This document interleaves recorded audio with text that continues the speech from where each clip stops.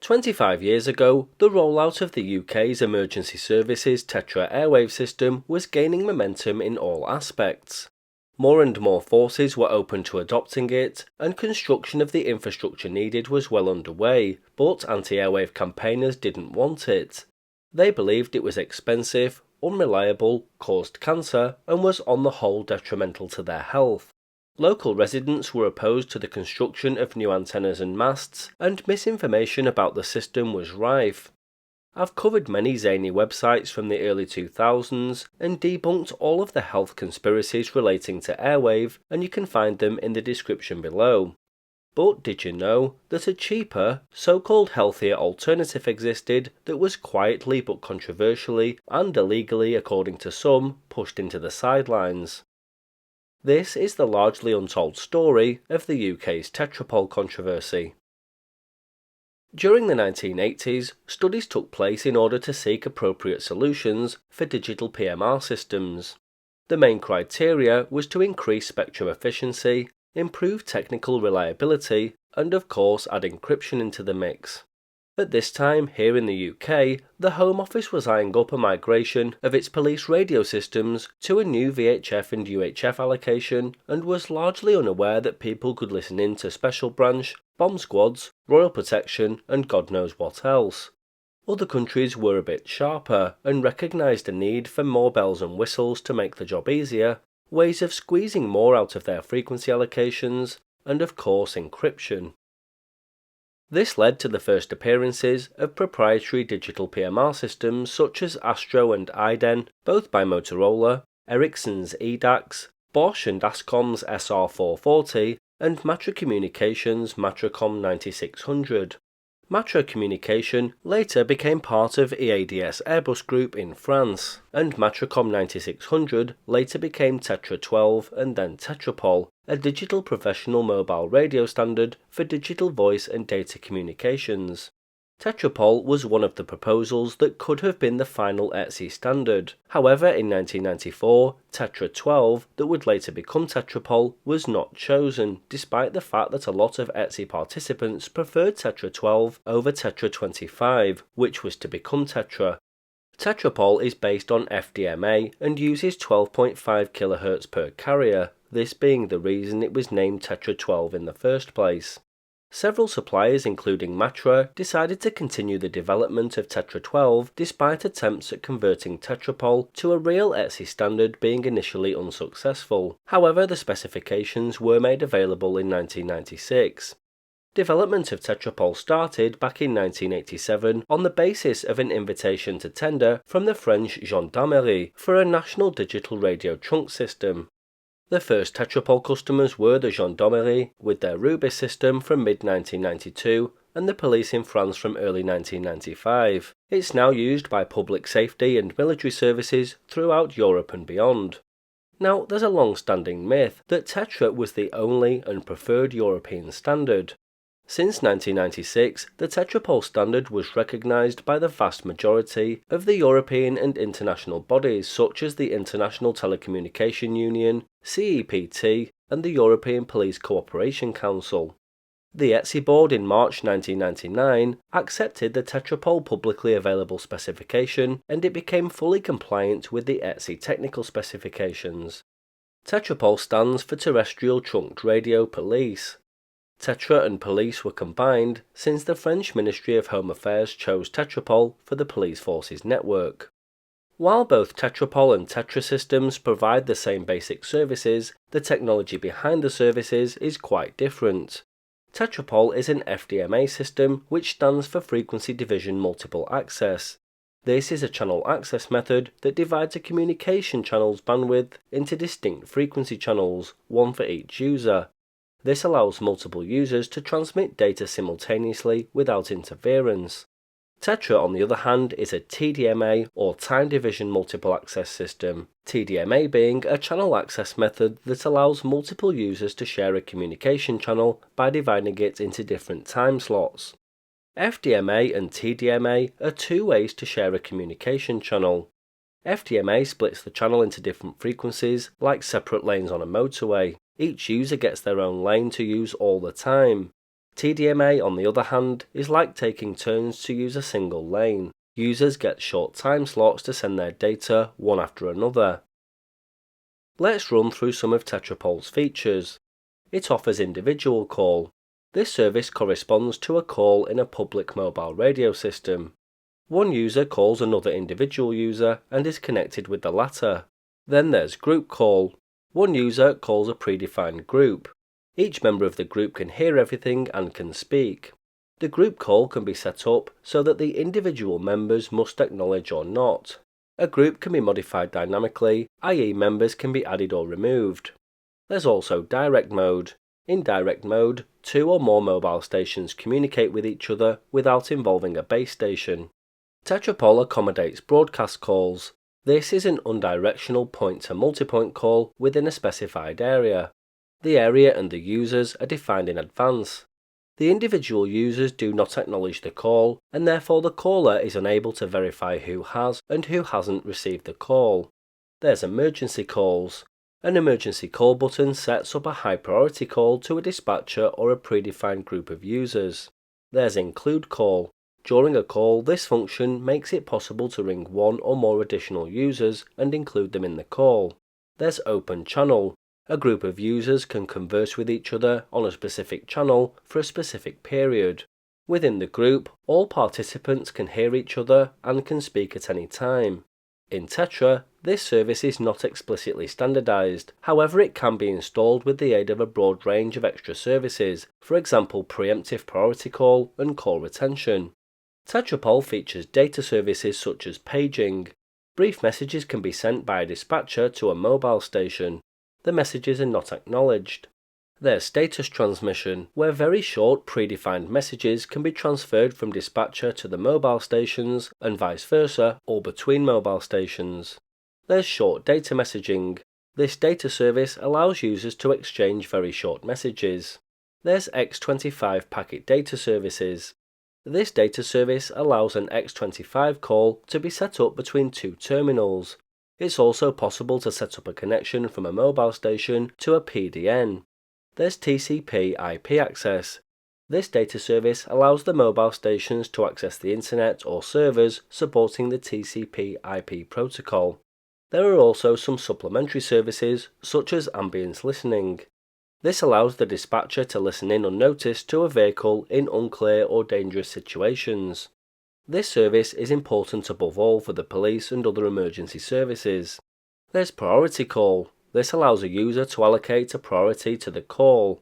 The call is then processed before all other calls which have a lower priority. If no more network resources are available, for example all channels are busy, the necessary resources can be released by means of the so-called preemptive priority call. The calls with the lowest priority are consequently aborted in this case. And finally, there's late entry, which allows a user to connect at a later time to a group call, for example, if he was engaged at the time of the call or he had not yet switched on his equipment. There was a battle between Tetrapol and TETRA, especially here in the UK. TETRA was developed by the recognised European Telecommunications Standardisation Institute, or ETSI, in cooperation with the industry, and therefore became the recognised standard for digital trunk radio systems in Europe. Both systems have their advantages and disadvantages, but currently, worldwide, TETRA is the most used. At the end of 2009, there were 114 countries using TETRA systems in Europe, the Middle East, Africa, Asia Pacific, the Caribbean, and Latin America. Tetropole currently has over 80 networks deployed in 34 countries such as France, Germany, Switzerland, Mexico, Spain, Brazil, the Czech Republic, Slovakia, Djibouti, and Singapore. Despite its lower uptake, Tetropole fought a variation of TETRA, known as Airwave, to the very end here in the UK in the battle to become the new digital replacement for the ageing analogue police radio networks. TETRA Airwave was bandied about as the only viable option during the late 1990s and early 2000s, but there was a cheaper alternative out there. Initially, police forces were reluctant to adopt TETRA Airwave, believing it to be old technology, untested, and not good value for money. After much funding being given to forces to the tune of £10 million each, it was eventually adopted.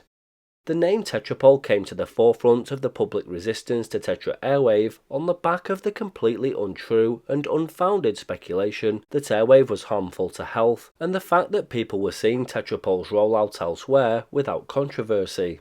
Again, I've done detailed videos on Tetra and health scares, which I'll link below. Early on in the battle for the new UK police radio contract, the bid from Tetropole was rejected by the Home Office. The official line was that Tetropole dropped out of the running during the tendering process. This, however, isn't true. Tetropole was excluded, leaving only Tetra Airwave to tender. The Home Office claimed that Tetropole didn't supply the level of service or have the required specifications that Airwave did. EADS, who had replaced Matra Communication, said that Tetropole was excluded unlawfully from the bidding process. The European Commission said that excluding Tetropole from the process was in breach of the rules governing open competition, and so referred the UK government to the European Courts of Justice. The case was dropped before it came to court. The Home Office said that the European Commission highlighted discrepancies between the Commission's own rules and the Treaty of Rome, which prompted revised guidance to the contracting authorities. That was the corporate battle, but what about the people's battle? The propaganda line often spouted was that Tetra Airwave carried proven health risks, while Tetropole technology was close to harmless. Again, I've covered this in detail previously, and both are completely harmless. The propagation of health scare nonsense in relation to Tetra Airwave led campaigners and a largely uneducated public on these sorts of matters to seek and campaign for an alternative in Tetropole. One story came to light in the West Sussex Gazette on Thursday the 26th of February 2004, which quite frankly is complete nonsense, but it did a lot of damage to the Tetra Airwave campaign and helped the Tetropole movement really take off. Let me read it verbatim and then I'll debunk it all for you. Sussex Police Authority have taken the first tentative steps to end the Tetra misery for people in the county.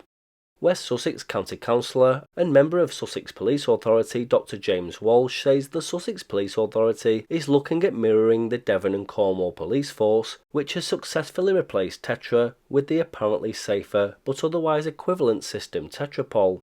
TETRA has faced strong criticism from campaigners in West Sussex who claim it's unsafe. Dr Walsh mentioned that the Working Party, which has now been set up, could ultimately lead to the end of TETRA in Sussex. He stated, "We're taking this very seriously. First, concerns were raised by police officers themselves about the safety of TETRA, and then it was the worry of the residents that made us look again." He added, "We've set up this working party to look at the results and ongoing work of the Devon and Cornwall police, who use Tetropole. We're going to take evidence from both those against TETRA and those who favour it or have recommended TETRA. The police authority has a duty of care to those who live here, and of course to the police officers, so it's not something done lightly. We will give every consideration to the evidence," he said. The alternative Tetropole system was put into use in Devon and Cornwall after a failed rollout of TETRA. So far there have been few problems with it, and it's been used by the French and Spanish authorities for years, demonstrating a track record and proven history of safety. Anti-TETRA campaigner and Arundel resident John O'Brien said, "Tetrapol has been established longer than TETRA, and for this reason, some argue, it's more stable and mature technology. It's an almost open standard, conforming to most of the industry standards. There are other significant differences between TETRA and Tetropol that arguably put Tetropol in a more favourable position as far as health concerns." He continued, "Fewer Tetropol mass stations are needed to cover the same area as TETRA. Reports suggest the Tetropole company has built 57 radio masts in the southwest region of the UK, whereas TETRA would require 260 to cover the same size area." When I read this many years ago, I wasn't sure where to start, and I'm glad I saved a newspaper clipping. There was never this failed Tetra Airwave rollout in Devon and Cornwall, which consequently led to the adoption of Tetropole. It's quite simply nonsense. Devon and Cornwall police were not using Tetropole, and along with Sussex Police Authority, successfully trialled and then subsequently adopted Airwave, along with all forces in England and Wales, followed by Scotland. While Tetropole was considered very early on in the procurement process by the Home Office, the system was rejected, as I said earlier, on the grounds that in their view it didn't supply the level of service that Tetra Airwave could provide and didn't meet the specifications set. The article refers to concerns raised in 2003 by Dr. James Walsh, then a member of the police authority. His concerns were addressed at a meeting of the member group specifically set up to look at possible health and safety issues relating to TETRA Airwave. The group, which included the chairman of the authority and Dr. Walsh, met Professor Laurie Chalice, a member of the Mobile Telecommunications and Health Research Programme and the Home Office TETRA Research Group at the end of 2003. Professor Chalice informed them that exposure levels from TETRA Airwave base stations were extremely small, comparable to those from mobile base stations, and the signal was not pulsed, another scare tactic used by anti-airwave campaigners.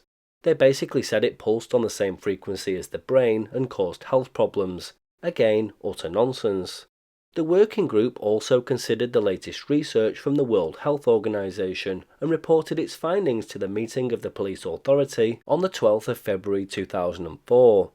The authority endorsed the group's findings that there were no validated health concerns relating to TETRA installations. The discussion on Devon and Cornwall police using Tetrapol was floated around amongst dubious campaign websites between January and March 2004, and all mentions of it seemed to circle back to James Walsh. Whether he was misquoted or something he said was misunderstood, I have no idea, but numerous websites and news items took this and similar claims and ran with them to further bolster the anti-TETRA airwave movement. As I'm sure you're aware by now, TETRA Airwave was rolled out and is still in use while the whole debacle relating to a 5G ESM replacement continues, and Tetropole achieved much success in its own right. It was used successfully by the British military with satellite links in Iraq during the March 2003 invasion. However, it failed to defeat Airwave, but I hope you enjoyed this story on how a perceived healthier alternative was picked to the post.